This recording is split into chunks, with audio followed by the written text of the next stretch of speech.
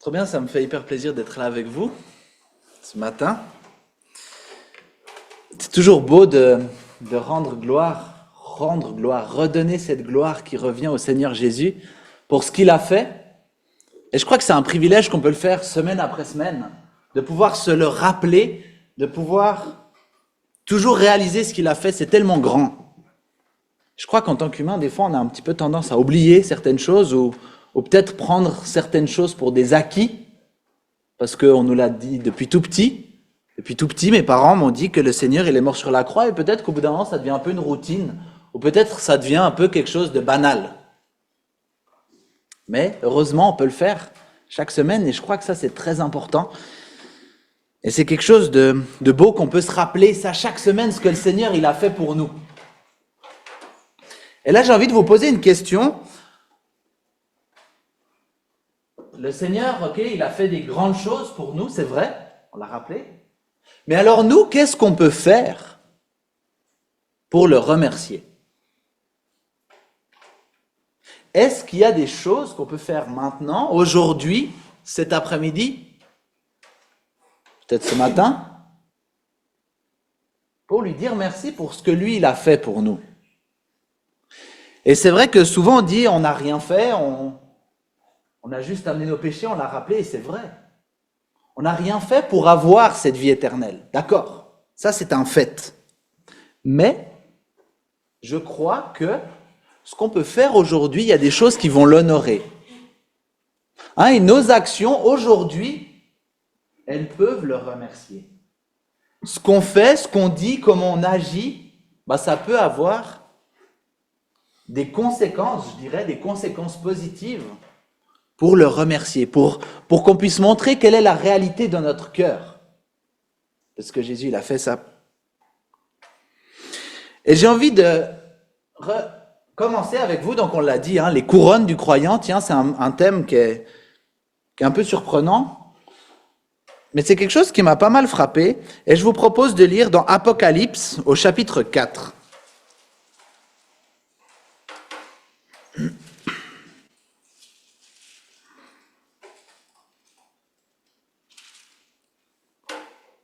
Donc, c'est Jean qui nous parle d'une vision qu'il a eue. Apocalypse 4, et je vais commencer au verset 2.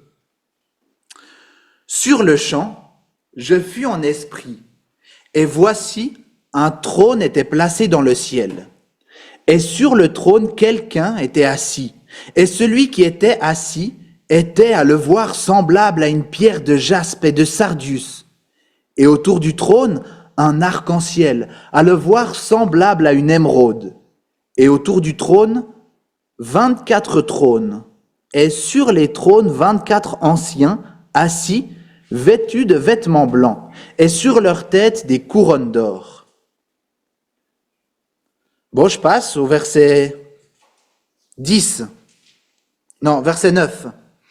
Et quand les animaux rendront gloire et honneur et action de grâce à celui qui est assis sur le trône, à celui qui vit au siècle des siècles, les 24 anciens tomberont sur leurs faces devant celui qui est assis sur le trône et se prosterneront devant celui qui vit au siècle des siècles.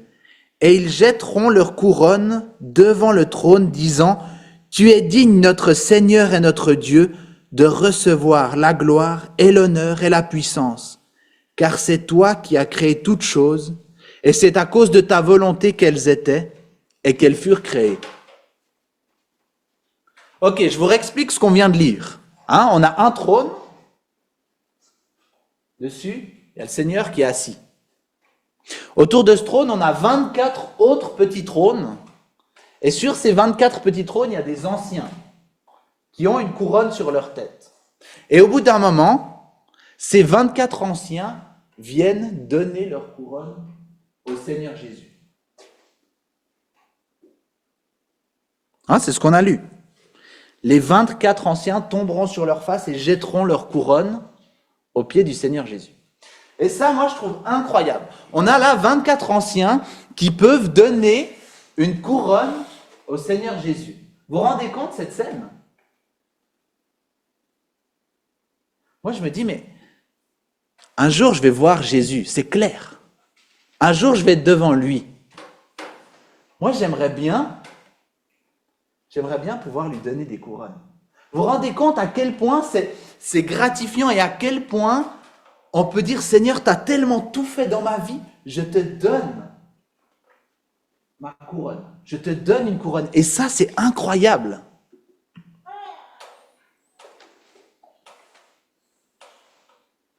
Et vous savez, je vais vous dire une bonne nouvelle. C'est que aujourd'hui,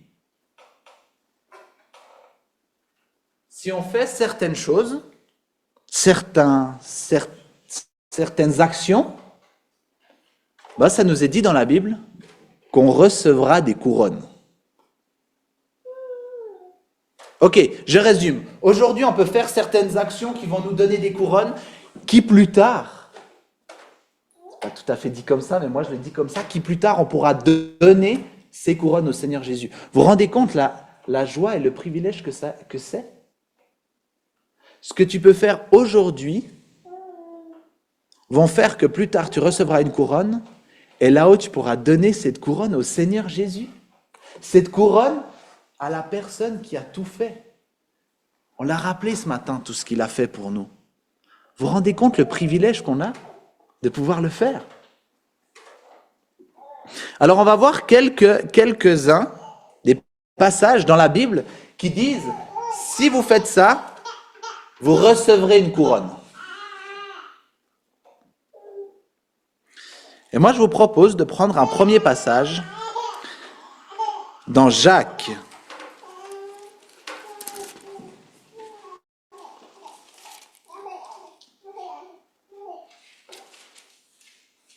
Jacques 1, verset 12.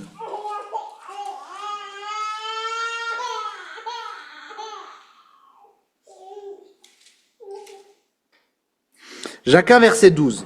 Bienheureux est l'homme qui endure la tentation, car quand il aura été manifesté fidèle par l'épreuve, il recevra quoi? Il recevra la couronne de vie qu'il a promise à ceux qui l'aiment. Là, dans ce passage, l'homme qui endure la tentation, quand il est manifesté fidèle par l'épreuve, il recevra cette couronne, la couronne de vie. Et là, on a un premier point, un premier exemple qu'on peut avoir. Je crois que, même je sais que quand on est sur terre, la vie du chrétien, elle n'est pas toujours facile. Dieu ne nous a jamais promis une vie rose. Il ne nous a jamais dit « Venez à moi et votre vie sera facile ».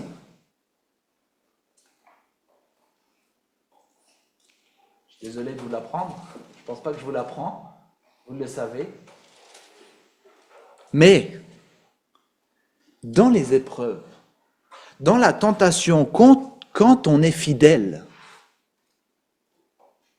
ça a de la valeur. Et là, ça devient quelque chose de tellement incroyable. Dans l'épreuve, dans la tentation, si tu passes à travers cette épreuve avec Dieu, il te donnera une couronne là-haut. Et ça, c'est une espérance, mes amis, c'est une espérance qui est tellement incroyable. On pourra avoir une couronne.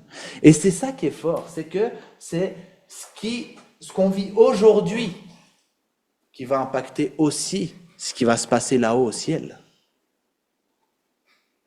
Souvent, on parle beaucoup de justification. C'est vrai, c'est vrai. Je pense particulièrement dans nos milieux, on met à fond l'accent sur la justification. Il y a l'avant, il y a l'après la conversion. C'est quelque chose de très important. On parle souvent en termes de justice. On parle de ce juge, du fils du juge qui a pris notre place, la dette est payée. Il y a l'avant, il y a l'après la conversion. C'est vrai. Et c'est des choses qui sont tout à fait vraies et c'est des choses qui sont importantes, même peut-être les choses les plus importantes de notre vie. Mais il y a quelque chose de plus, c'est que si on s'arrête là, malheureusement on passe à côté tellement de bénédictions. Et si on s'arrête au fait que oui, je suis chrétien et Dieu c'est un plus dans ma vie, je suis chrétien, c'est clair, je ne peux pas perdre mon salut, alors je vais profiter de ma vie, de toute façon je suis chrétien, ça ne changera rien à la fin. C'est vrai ce raisonnement. C'est peut-être vrai.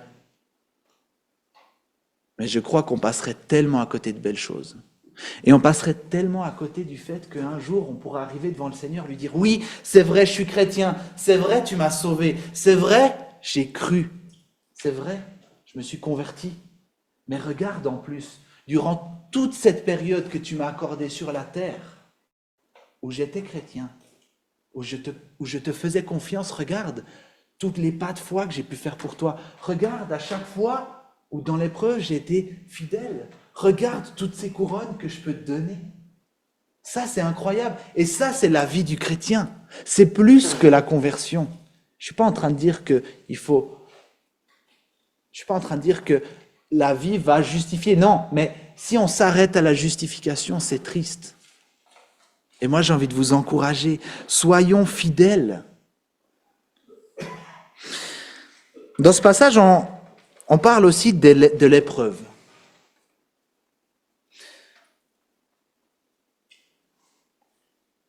Et vous savez, les épreuves sur la terre, il y en a. Et il n'y a pas tout le monde qui est touché la même chose. Et on peut voir avec l'âge qui arrive, et peut-être des choses plus difficiles qui se passent. Des maladies qui sont là, peut-être depuis longtemps. Mais qu'est-ce que nous dit quand il aura été manifesté fidèle par l'épreuve, il recevra la couronne de vie.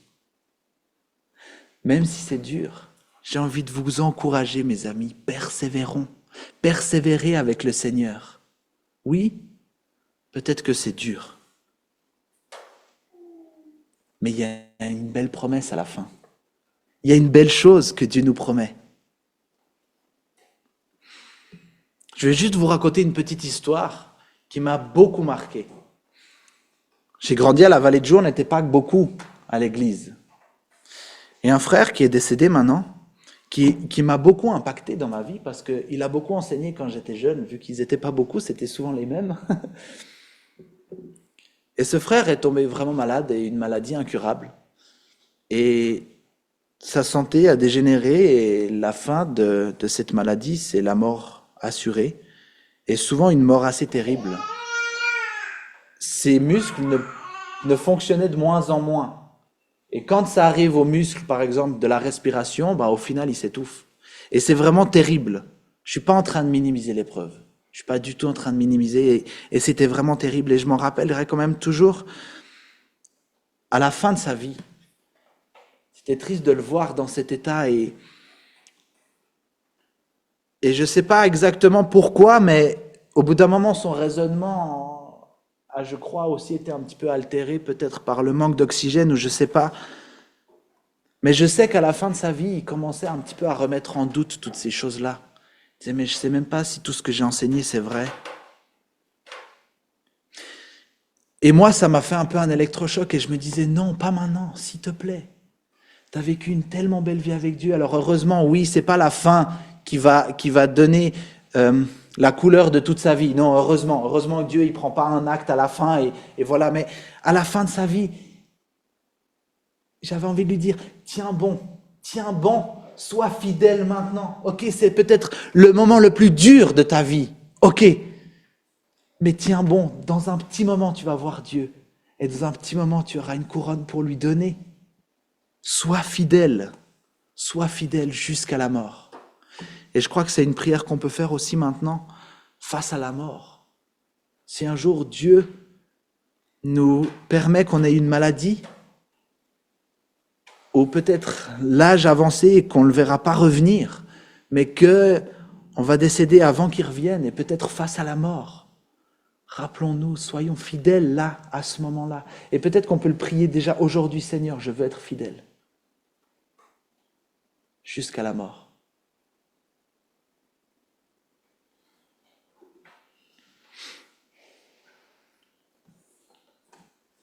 On a un deuxième passage qui parle un tout petit peu de la même chose, c'est dans 2 Timothée. 2 Timothée 4.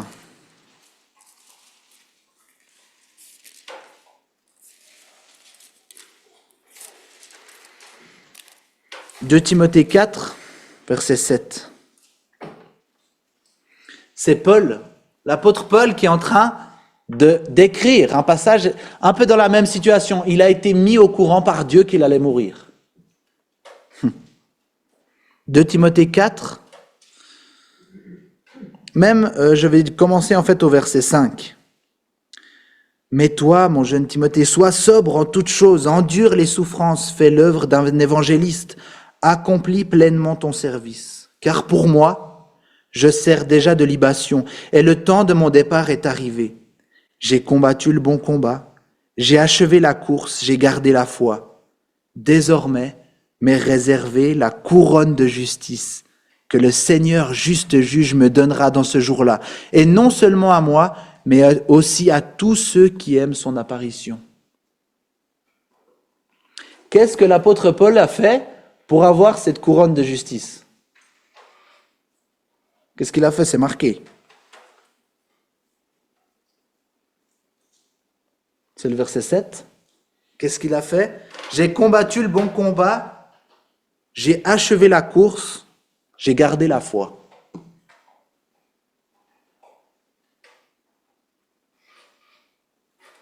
J'aimerais pouvoir dire ça. J'ai combattu le bon combat, gardé la course, j'ai gardé la foi. J'ai achevé la course, j'ai gardé la foi. J'ai combattu le bon combat. Est-ce que vous pouvez dire ça dans votre vie? Vous n'avez pas besoin de répondre, mais répondez pour vous. Est-ce que vous pouvez dire ça dans votre vie? J'ai combattu le bon combat. Ça, je me le pose à moi comme question. Est-ce que je peux me dire j'ai combattu le bon combat? C'est quoi qui rythme ma journée? C'est quoi où j'ai beaucoup d'intérêt dans ma journée? C'est quoi qui me travaille ma tête? Ça peut être un peu des indicateurs. C'est quoi qui me prend toute mon énergie? C'est quoi mon combat? Et des fois, je me pose la question. Et quand mon boulot, il me prend tellement la tête, je suis en train de me dire, mais attends, Paul, c'est quoi ton combat en ce moment? Quand j'ai des projets, des fois, c'est des projets chouettes. Mais ça me prend tellement la tête, je suis en train de me dire, c'est quoi ton combat, Paul? C'est quoi? Et moi, plutôt l'apôtre Paul est en train de vous dire, mais si tu combats le bon combat, c'est pas pour rien. Et mes amis, c'est pas pour rien que tu combats le bon combat. C'est parce que toute l'éternité, quand on sera avec Dieu, mais réalisez cette phrase, toute l'éternité. C'est quoi une vie de 80 ans, 100 ans peut-être même sur Terre? C'est quoi par rapport à l'éternité? C'est difficile à comparer quelque chose de temporel à quelque chose d'intemporel, mais ça a quoi comme poids? Toute l'éternité, quand tu combats le bon combat, ça aura de la valeur. Waouh! Ça, c'est de la promesse. Et ça, c'est de l'encouragement. Et je trouve quand même ça assez fort, assez fou, que Dieu permette que les actes d'aujourd'hui sur la terre aient de l'influence toute l'éternité. C'est fort quand même que Dieu nous donne cette possibilité aujourd'hui. Aujourd'hui, il te donne la possibilité de faire des choix pour lui. Peut-être même que c'est qu'aujourd'hui. Je ne sais pas exactement comment ça va se passer au ciel. Mais peut-être que là-haut, il n'y aura plus de choix à faire pour lui. Je le sais, il n'y aura plus les épreuves, il n'y aura plus les tentations. Ça, je le sais. Ça veut dire que c'est maintenant, sur terre, que tu peux avoir ces couronnes-là. On va regarder autre chose, une autre façon d'avoir des couronnes, qui sont aussi encourageants. Et moi, j'ai envie qu'on s'encourage pour ça. C'est dans 1 Pierre 5, et on va lire depuis le début du chapitre 5. 1 Pierre, chapitre 5. Bon, là, on arrive sur un sujet qui sont les anciens.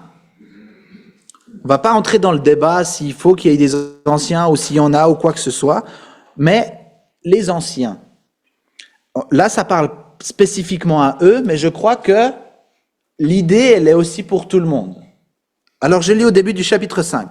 J'exhorte les anciens qui sont parmi vous, moi qui suis ancien avec eux et témoin des souffrances de Christ, qui aussi est part à la gloire qui va être révélée.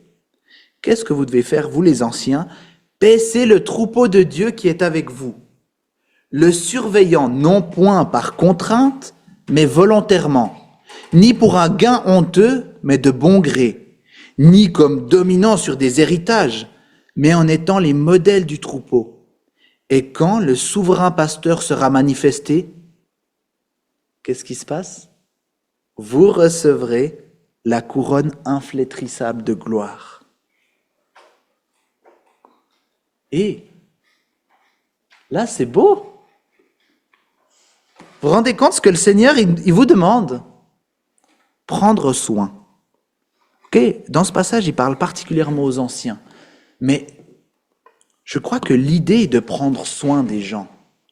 L'idée de prendre soin, de paître le troupeau sans taper dessus. Alors ok, peut-être que là, les anciens, ils ont une place d'honneur et du coup, ils avaient cette place où ils avaient peut-être le risque de taper sur les autres.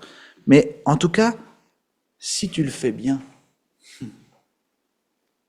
si tu prends soin des plus jeunes, si tu les aimes, si tu les encourages, si tu les fortifies, ça a de la valeur au ciel. De prendre soin aujourd'hui, ça a de la valeur au ciel. Soyons ces exemples-là, ces exemples.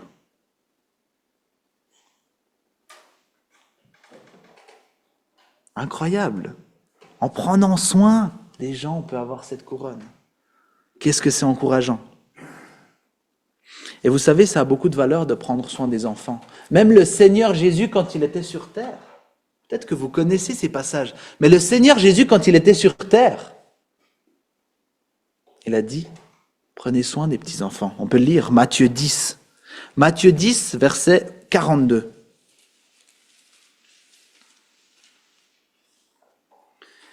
C'est Jésus qui parle. « Et quiconque aura donné à boire seulement une coupe d'eau froide à l'un de ses petits en qualité de disciple, en vérité, je vous dis, bon, c'est pas dit, il recevra une couronne, mais il ne perdra pas sa récompense. » Là, le Seigneur Jésus, il est en train de dire, mais ça a de la valeur quand vous prenez soin des enfants.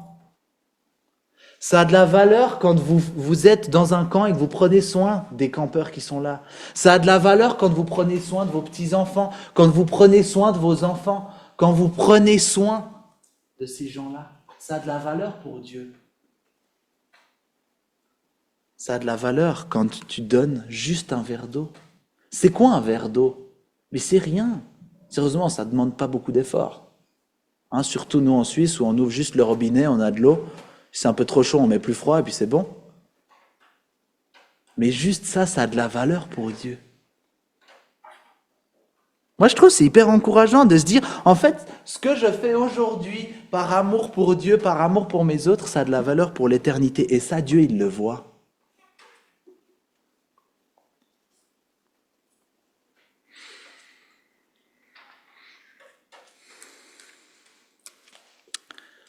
Prenons encore un passage. Luc 18. Alors là, c'est pas parler de couronne, mais c'est quelque chose qui m'interpelle quand même. Luc chapitre 18, versets 28 et 30. Et ça parle aussi de ce qu'on fait aujourd'hui, ça a de l'impact plus tard. Luc chapitre 18, verset 28. Et Pierre dit, « Voici, nous avons tout quitté et nous t'avons suivi. » Qu'est-ce que répond Jésus à ça? Il leur dit, « En vérité, je vous dis qu'il n'y a personne qui ait quitté maison, ou parents, ou frères, ou femmes, ou enfants pour l'amour du royaume de Dieu, qui ne reçoive beaucoup plus en ce temps-ci et dans le siècle qui vient, la vie éternelle. » Pierre, il avait fait des choix dans sa vie terrestre. Il avait suivi le Seigneur. Et on sait que ça a coûté beaucoup. Ça lui a coûté au final sa vie, même il est mort comme martyr. Mais, ce que Jésus est en train de lui dire, c'est vrai que ça te coûte. Mais déjà, maintenant, tu reçois, c'est dit combien là, reçoivent beaucoup plus. mais aussi dans la vie éternelle. Je vais vous raconter un petit témoignage qui illustre aussi un peu ça. Pierre, là, a fait un choix pour Dieu. Et Dieu, Jésus l'a béni. Et je pense que là, par exemple, quand il parle, si on quitte père, mère, femme, famille, eh ben on reçoit aujourd'hui beaucoup plus. Et je pense que là, il fait référence à la famille de la foi.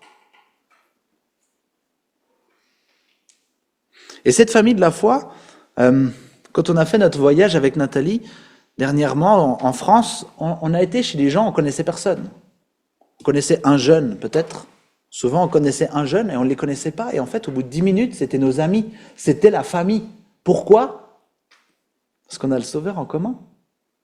Et ça, c'est incroyable. Si vous avez l'opportunité de voyager, ou si vous avez eu cette opportunité de voyager, c'est incroyable d'arriver dans un endroit où on ne connaît personne. Et en fait, c'est des amis. Mais je vais vous donner un petit témoignage. Je crois que Dieu aussi, dans sa grâce, il arrive, pas toujours, mais il arrive qu'il bénisse même matériellement. Aujourd'hui, quand on fait des choix pour lui. Pas toujours, je ne veux pas donner ça comme une généralité, mais je crois que Dieu, il voit les choix qu'on a faits. Et je vais vous raconter ce petit témoignage. C'était au tout début qu'on était mariés avec Nathalie. Et moi, je cherchais du travail. J'en avais pas. J'avais fini mon service civil. Et on m'a donné un peu la pression de dire, mon gars, maintenant, t'es chef de famille, donc maintenant, il faut que tu assumes. Il faut que tu assumes aussi financièrement parlant. C'est tout à fait correct. Alors, je faisais plein de postulations. Et un jour, on m'a convoqué. Alors, je suis allé faire cet entretien dans une super entreprise en tant qu'ingénieur. C'était intéressant comme boulot. C'était un boulot qui m'intéressait. Et moi, je n'avais pas trop envie de prendre un 100%. Dans mon idéal, j'avais bien envie d'être à 80%. Bon, j'ai pas réussi à l'avoir, ce 80%, mais je commence à discuter avec ces gens qui me font l'entretien, et puis ils me disent « Ah, c'est super, on a besoin d'un jeune, alors tu travailleras comme ingénieur quelques années, et si ça se passe bien, tu te passes assez vite comme chef de projet, c'est super, comme ça tu as une belle carrière devant toi, et petit à petit tu gravis les échelons, et waouh, c'est incroyable !» Bon, moi, ça me fascinait pas trop, j'avais pas très envie de prendre des responsabilités. Mais, je leur demande un peu, je leur dis, est-ce que par hasard vous êtes ouvert à un 80%, peut-être je viens travailler 4 jours, un jour comme ça. Puis ils me disent, bon, on va être franc avec vous, non, déjà c'est pas possible, mais en plus, c'est plutôt un 120%. C'est un 100% sur l'année, mais selon les périodes, c'est 120, 130%, et puis d'autres périodes, c'est un peu plus tranquille. Et en fait, c'était une entreprise de train qui font les travaux sur les voies. Et les travaux, les chantiers, c'est l'été, pendant la nuit. C'est là que les trains ne tournent pas et quand il n'y a pas de neige. Puis ils me disent, en fait, en tant qu'ingénieur, s'il y a des pannes durant les travaux, des fois, il faut aller régler la panne. Du coup, ce que je comprends, c'est qu'en fait, l'été, il faut aller travailler comme ingénieur la journée. Puis la nuit, si ça tombe en panne, tu vas encore travailler. Et là, on avait un gros dilemme avec Nathalie parce qu'on a quand même un service pour le Seigneur qui est l'été pendant les camps. On aime tellement faire ça, et c'est un service qu'on fait en couple et on aime faire ça. Et là, si je disais oui à ce travail, je mettais une croix sur notre service qu'on avait actuellement. Et là, c'était quand même un gros défi. C'était un job intéressant. Et là, on prie avec Nathalie et on n'était pas en paix. Et j'étais pas en paix. Je peux pas dire oui à ce travail-là. Je vais mettre trop de choses de côté. Aussi le service que j'ai pour le Seigneur. Et bon, comme on était un petit peu jeune et qu'on n'était pas... On est encore jeune, mais on n'était pas affermis. Je pense que Dieu nous a affermis de plus en plus. On avait besoin des conseils et je crois que c'est bien d'avoir des conseils. Alors on a demandé à plein de personnes des conseils et des gens qui nous sont chers. Et une personne m'a dit, mais tu sais Paul, tu peux pas refuser comme ça un travail, mais ça va, t'es qui? T'es qui pour dire non? Tu sors des études, on te propose un travail, tu dis oui, t'arrêtes de faire la fine bouche. Bon, il l'a pas dit tout à fait comme ça, c'est comme ça que moi je l'ai un peu compris. Il a été un petit peu plus doux. Là, il y avait ce dilemme. Ok, qu'est-ce que je fais? Est-ce que je prends ce travail ou est-ce que je dis non, mais j'avais rien d'autre? Et on n'était tellement pas en paix, et au final, on a prié vraiment beaucoup avec Nathalie. On était en paix de dire non. On n'était pas en paix de prendre ce travail, que je prenne ce travail. Alors je leur ai dit non. J'ai continué à chercher du travail.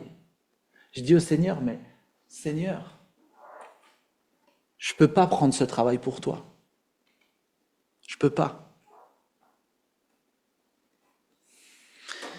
Et là, je me suis retrouvé un tout petit peu dans cette situation comme Pierre, à lui dire, mais en fait, ok, Pierre, là, il a dit, on a tout quitté pour toi. Alors là, je ne pouvais pas dire, j'ai tout quitté pour le Seigneur. Là, j'avais juste à lui dire, j'ai refusé une offre. C'est quand même pas tout à fait la même chose. Mais j'étais quand même un petit peu embarrassé. Je disais, mais Seigneur, il y a cette vraie pression qu'il faut que je soutienne quand même ma famille. On n'avait pas encore d'enfant, mais ma petite femme chérie. Et dans sa grâce, peut-être une semaine après, j'ai trouvé le travail où je suis actuellement. Et je trouve fort parce que c'est un travail qui me donne beaucoup de temps libre. Et c'est rigolo, je suis engagé à 100% sur le papier, mais je crois qu'en vrai, je fais plutôt du 80%. Et je trouve assez rigolo quand même de voir que je crois que Dieu, il y a quand même plusieurs... Souvent, il nous laisse faire un choix. Et il ne va pas nous donner tout de suite la porte derrière à dire, mais en fait, j'ai quelque chose de mieux pour toi. Il te laisse le choix. Et il y a eu ce pas, j'ai dû faire ce pas de foi. Ok, je dis non, même si j'ai rien derrière. Mais je dis non pour Dieu. Et ça, lui, il le voit. Et dans son humour, c'était vraiment drôle. Hein. Je crois que Dieu, des fois, il a vraiment de l'humour. Mais dans son humour, même que c'est un travail où je travaille moins, même si c'est un travail que je ne travaille pas comme ingénieur, je travaille comme technicien, et pourtant le salaire que le chef m'a proposé, c'était plus que ce que les gens comme ingénieurs me proposaient.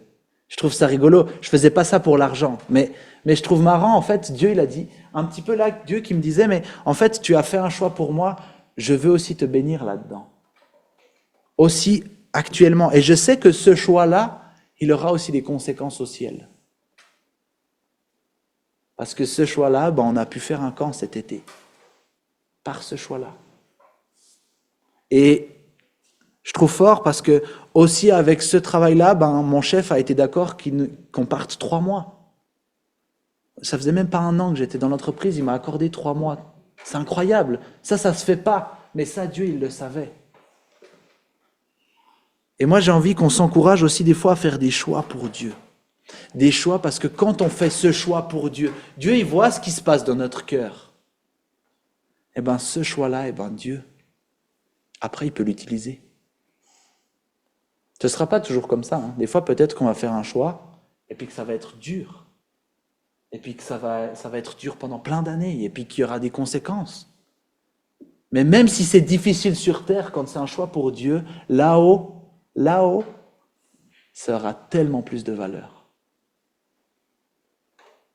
Je me dis des fois, je serais arrivé devant Dieu et je lui aurais dit, mais en fait, oui, je sais, j'étais pas en paix pour prendre ce boulot, mais en fait, par la pression des gens, j'ai dit oui.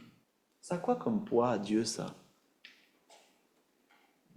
Ok, heureusement, Dieu, il est plein de grâce. Et je veux pas qu'on se jette la pierre sur des fois des mauvais choix qu'on a fait. Et Dieu, c'est un Dieu tellement plein de grâce que même des fois, les mauvais choix, il les tourne en positif. Et ça, c'est incroyable. Hein? Donc Dieu, il est plein de grâce, mais qu'on n'avance pas en se disant, c'est un Dieu plein de grâce, je fais des bêtises. Non. Mais qu'on prenne des choix, peut-être que des fois, qui nous coûtent. Mais ça aura du poids au ciel. Et je vous propose de lire un dernier passage. En Apocalypse 3, verset 11. Et vous savez, j'ai fait un petit choix, mais il y a encore d'autres passages qui parlent des couronnes. Alors ça peut être intéressant, vous prenez une concordance, vous cherchez couronne dans le Nouveau Testament. C'est assez encourageant pour tout ce qu'on peut faire pour Dieu, pour le remercier. Mais là, une dernière couronne, Apocalypse 3, verset 11. Donc là, c'est la lettre qui parle à Philadelphie. Et à la fin, « Je viens bientôt, tiens ferme ce que tu as, afin que personne ne prenne ta couronne. »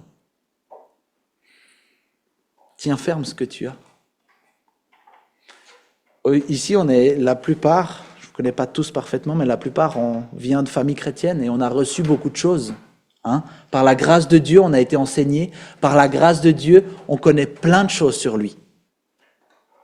On nous a donné toutes ces choses, qu'on puisse les tenir fermes. Ça a du poids pour Dieu. Ça a de la valeur. Tiens ferme ces choses-là. Tiens ferme. Parce que là-haut, tu recevras cette couronne que tu pourras rendre à Jésus.